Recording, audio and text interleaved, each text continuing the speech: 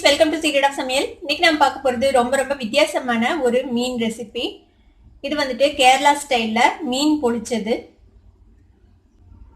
நம்ம நார்மலாக செய்கிற ஃபிஷ் ஃப்ரைலேருந்து இது ரொம்ப வித்தியாசமாக இருக்கும். இதில் வந்துட்டு கோகனட் ஆயிலோட ஃப்ளேவர், இந்த வாழை இலையோட ஃப்ளேவர் எல்லாம் சேர்ந்து இது ரொம்ப வித்தியாசமான ஒரு மீன் ரெசிபி. இது ரொம்ப டேஸ்டியான ரெசிபியும் கூட. இந்த மீன் பொழிச்சது எப்படி செய்யறது அப்படின்னு பார்க்கறதுக்கு முன்னாடி நீங்க என்னோட சேனலுக்கு இப்பதான் புதுசா வரீங்கன்னா இந்த வீடியோக்கு கீழே இருக்கிற சிவப்பு கலர் சப்ஸ்கிரைப் பட்டனை மறக்காம பிரஸ் பண்ணிடுங்க. அதுக்கு பக்கத்துல இருக்கிற நோட்டிபிகேஷன் பெல்லையும் மறக்காம கிளிக் பண்ணிடுங்க. அப்பதான் என்னோட ஃபியூச்சர் நோட்டிபிகேஷன்ஸ் உங்களுக்கு உடனே வந்து சேரும். சரி வாங்க, இப்போ இந்த டேஸ்டியான மீன் பொழிச்சது எப்படி செய்யலாம் அப்படின்னு பார்க்கலாம்.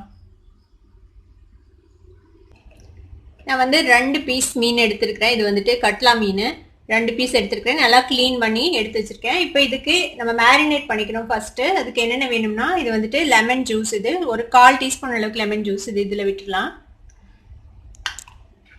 பூண்டு கொஞ்சமாக சாப் பண்ணி வச்சிருக்கிறேன். ஒரு பல் பூண்டு நல்லா ஃபைனாக சாப் பண்ணி வச்சிருக்கிறேன். அதையும் அதில் ஆட் பண்ணிடுங்க. இது வந்து பெப்பர் பவுடர் சும்மா ஒரு 2 சிட்டிக்கு எடுத்து வச்சிருக்கிறேன் எல்லாமே. ஏன்னா நம்ம மசாலாலையும் நம்ம இது எல்லாமே போடுவோம், அதனால இதுக்கு கொஞ்சமாக போட்டால் போதும் ஃபிஷ்ஷுக்கு. இது வந்துட்டு பெப்பர் பவுடர் ஒரு 2 பிஞ்ச் அளவுக்கு, மஞ்சள் பொடி அதே அளவுக்கு ஒரு 1/4 டீஸ்பூன் மஞ்சள் பொடி. இது வந்து சில்லி பவுடர், இதுவும் ஒரு 2 பிஞ்ச் அளவுக்கு. சீரகத்தூள் அதுவும் ஒரு 2 பிஞ்சு. உப்பு வந்துட்டு இந்த ஃபிஷ்ஷுக்கு தேவையான அளவுக்கு மட்டும், நம்ம மசாலாலையும் உப்பு சேர்த்துவோம். இப்போ இதுக்கு தேவையான அளவுக்கு மட்டும் போட்டிருக்கேன் இதில் உப்பு. இப்போ இதை வந்து இதில் மிக்ஸ் பண்ணிடலாம். இப்போ இதை நல்லா பெரட்டி விட்டுருங்க இந்த மீனில்.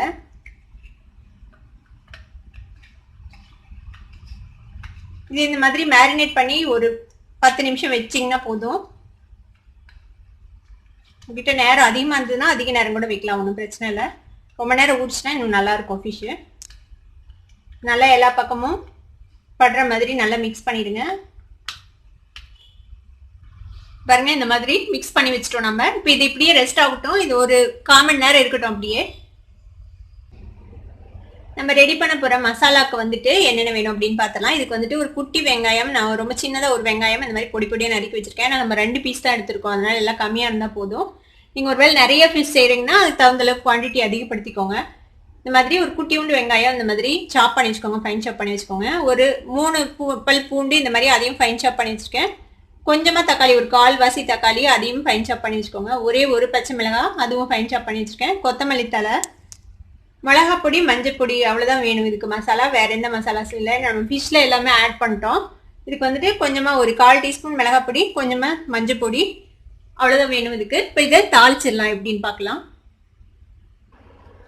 ஒரு கடாய் அடுப்பில் வச்சிருக்கிறேன். மீன் பொழிச்சது வந்துட்டு கேரளா ஸ்டைல் ரெசிபி, அதனால நம்ம இதை வந்து கோகனட் ஆயிலில் தான் செய்ய போகிறோம். இதுக்கு வந்து கொஞ்சமாக கோகனட் ஆயில் சேர்த்திக்கலாம். அதில்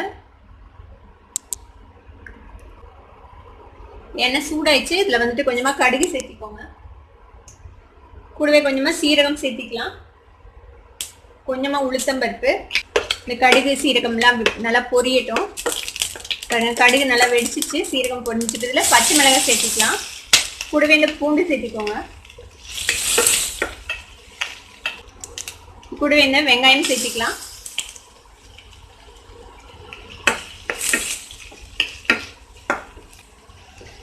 வெங்காயம் லேசாக வதங்கட்டும். இது கூட இந்த தக்காளியும் சேர்த்துடுங்க. கொத்தமல்லி தழையும் இதுக்கே சேர்த்திடலாம். இதுவும் நல்லா வதங்கட்டும். இந்த தக்காளியும் நல்லா மேஷ் ஆகணும், அந்தளவுக்கு இதை நல்லா வதங்கட்டும். இது கூட நம்ம எடுத்து வச்சுருக்கிற இந்த மிளகாய் பொடியும் மஞ்சள் பொடியும் சேர்த்திடலாம். இந்த மசாலாவுக்கு தேவையான அளவுக்கு மட்டும் உப்பு சேர்த்திக்கோங்க. இதையும் வதக்கி விட்டுடலாம் நல்லா.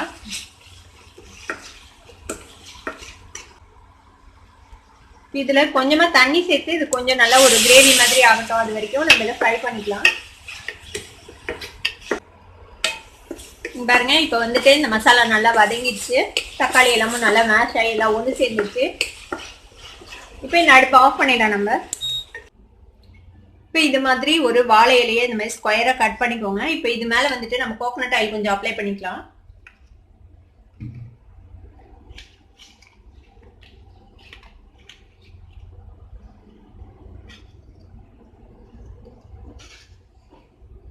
இதில் கீழே நம்ம ரெடி பண்ண மசாலாவில் ஒரு ஸ்பூன் அளவுக்கு இது வச்சுக்கோங்க.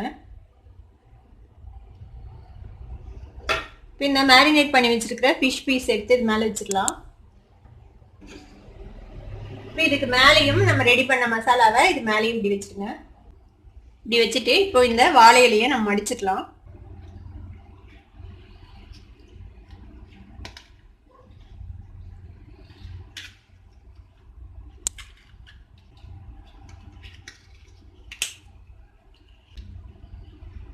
இப்படி மடிச்சுட்டு இந்த மாதிரி ஒரு டூத் பிக் வச்சு இப்படி குத்திட்டிங்கன்னா அது நின்று இப்படியே இப்படி வச்சுக்கலாம். இப்போ இன்னொரு வாழை இலையில் இன்னொரு பீஸையும் நம்ம அதே மாதிரி மடிச்சுக்கலாம். உங்களுக்கு வாழை இலை வந்து ஒரு வேளை மடிக்கிறதுக்கு சிரமமாக இருந்துச்சுன்னா லேசாக ஒரு அனலில் காட்டினீங்கன்னா உங்களுக்கு வந்து ஈஸியாக மடிக்க வரும். இது லேசாக நான் வந்து தணலில் காட்டி வச்சுருக்கேன் இந்த வாழை இலை. இப்போ இது மேலேயும் அதே மாதிரி நம்ம கோகனட் ஆயில் அப்ளை பண்ணிக்கலாம். இதுலேயும் அதே மாதிரி ஒரு ஸ்பூன் அளவுக்கு மசாலாவை கீழே ஸ்ப்ரெட் பண்ணிவிடுங்க. இந்த ஃபிஷ் பீஸ் எடுத்து இது மேலே வச்சுக்கலாம். இந்த மேரினேஷன் இருக்கிறதையும் எடுத்து அது மேலே போட்டுருங்க. இதுக்கு மேலேயும் நம்ம இந்த மசாலாவை ஸ்ப்ரெட் பண்ணி விட்டுடலாம். இப்போ இந்த வாழை இலையும் அதே மாதிரி மடிச்சிடலாம்.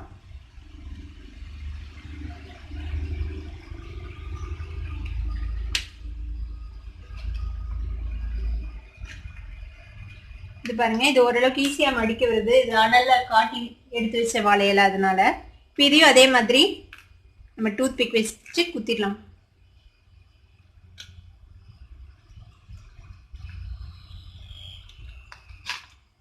இங்கே பாருங்க, நம்மளோட 2 ஃபிஷ் இந்த மாதிரி வாழை இலையில மடிச்சு வச்சாச்சு. இப்போ இதை வந்துட்டு நம்ம ஒரு பேன்ல வந்துட்டு கோகனட் ஆயில் விட்டு இதை ஃப்ரை பண்ணி எடுக்க போறோம், கிரில் பண்ணி எடுக்க போறோம்.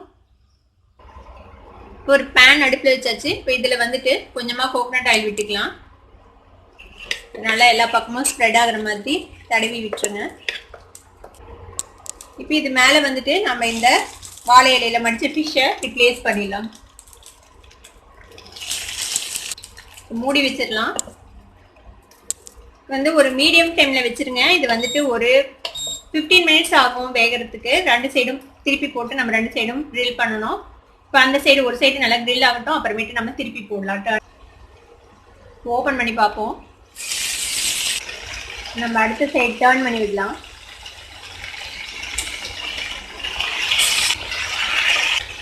இன்னும் நல்லா க்ரில்லாகி வேகணும். இப்போ திருப்பியும் க்ளோஸ் பண்ணிடலாம். இந்த ஸ்டீம், அந்த ஆயில், அந்த கிரில் எல்லாம் சேர்ந்து இது ஒரு மாதிரி நல்லா குக் ஆகணும். அது வரைக்கும் நம்ம வெயிட் பண்ணலாம். ஓப்பன் பண்ணி பார்ப்போம்.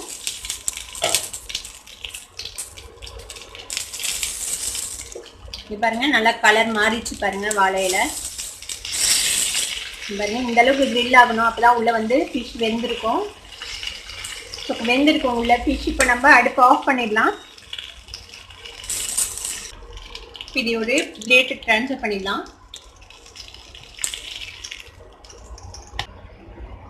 இப்போ நம்ம ஃபிஷ்ஷை ஓப்பன் பண்ணி பார்ப்போம் எப்படி இருக்குதுன்ட்டு.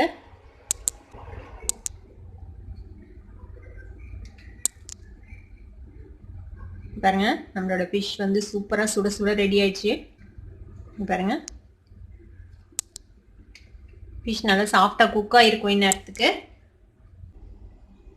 இந்த வித்தியாசமான மீன் பொரிச்சது ரெசிபியை நீங்களும் ட்ரை பண்ணி பார்த்துட்டு எப்படி இருந்தது அப்படின்னு எனக்கு கமெண்ட்ஸில் ஃபீட்பேக் கொடுங்க. இந்த வீடியோ உங்களுக்கு பிடிச்சிருந்ததுன்னா சப்ஸ்கிரைப் பண்ணுங்க, பக்கத்தில் இருக்கிற பெல் ஐக்கானை கிளிக் பண்ணுங்க. அப்போ தான் என்னோட நோட்டிஃபிகேஷன்ஸ் உங்களுக்கு வந்து சேரும். லைக் பண்ணுங்க, ஷேர் பண்ணுங்க. தேங்க்யூ ஃபார் வாட்சிங் this video viewers. Bye bye.